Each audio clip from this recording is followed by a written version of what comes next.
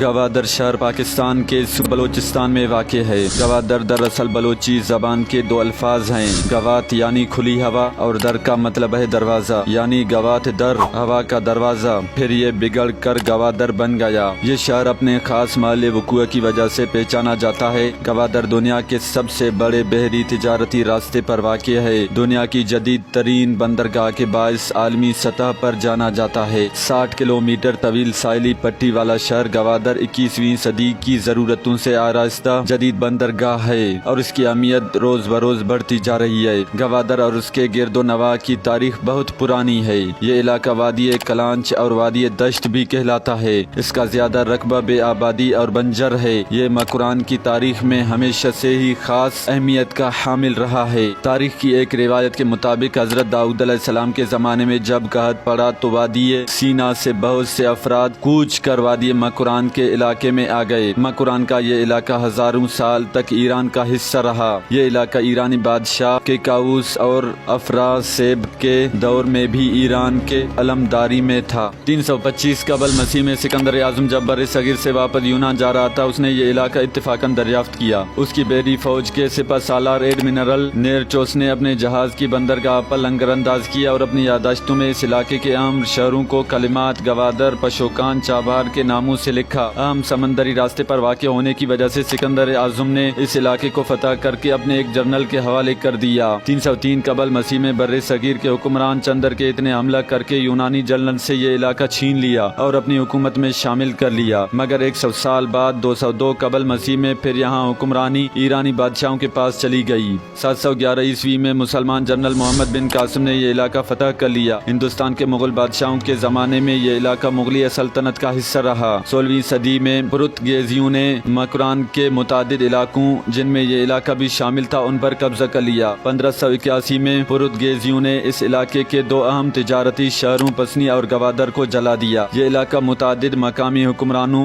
کے درمیان بھی تختہ مشق بنا رہا۔ کبھی اس پر بلیدیوں نے حکمرانی کی تو کبھی رندوں کو حکومت ملی، کبھی ملک حکمران بن گئے تو کبھی گچکیوں نے اس پر قبضہ کر لیا، مگر اہم حکمرانوں میں بلیدی اور گچکی قبیلے ہی رہے ہیں۔ بلیدی خاندان کو اس وقت بہت پذیرائی ملی جب انہوں نے زگری فرقے کو اپنا لیا، اگرچہ گچکی بھی اس زگری فرقے سے ہی تعلق رکھتے تھے۔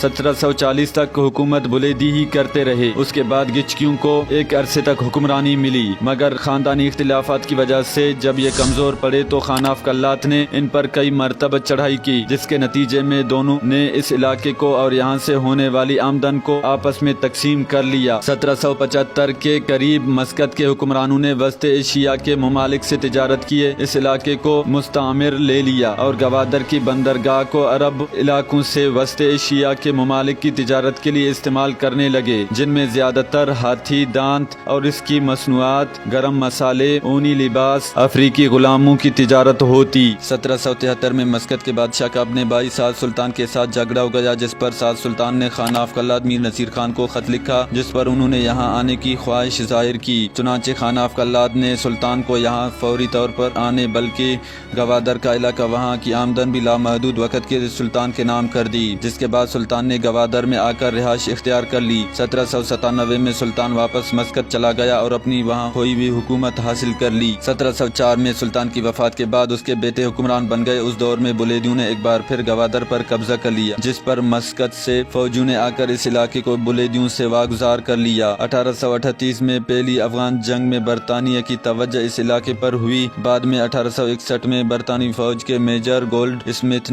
کی نگرانی میں اس علاقے پر قبضہ کر لیا۔ 1863 میں گوادر میں ایک اہم اسسٹنٹ پولیٹیکل ایجنٹ مقرر کر دیا گیا۔ چنانچہ ہندوستان میں برطانیہ کی British India steam navigation company کے جہازوں نے گوادر اور پسنی کے بندرگاہوں کو استعمال کرنا شروع کر دیا۔ 1863 میں گوادر میں پہلا تار گھر ٹیلی گرام آفس قائم ہوا، جبکہ پسنی میں بھی تار گھر بنایا گیا۔ 1894 میں گوادر میں پہلا پوسٹ آفس کھلا، جبکہ 1903 کو پسنی، 1904 کو اورماڑہ میں ڈاک خانے قائم کر دیے گئے۔ 1947 میں بر صغیر کی تقسیم ہوئی۔ بھارت اور پاکستان کے نام سے دو بڑی ریاستیں معرض وجود میں آئیں، تو گوادر اور اس کے گرد و نواح کے علاوہ یہ علاقہ کلات میں شامل تھا۔ ستمبر 1958 کو پاکستان نے گوادر کو عمان سے 5.5 ارب روپے میں خرید لیا۔ 1955 میں اس علاقے کو مقران ضلع بنا دیا گیا تھا۔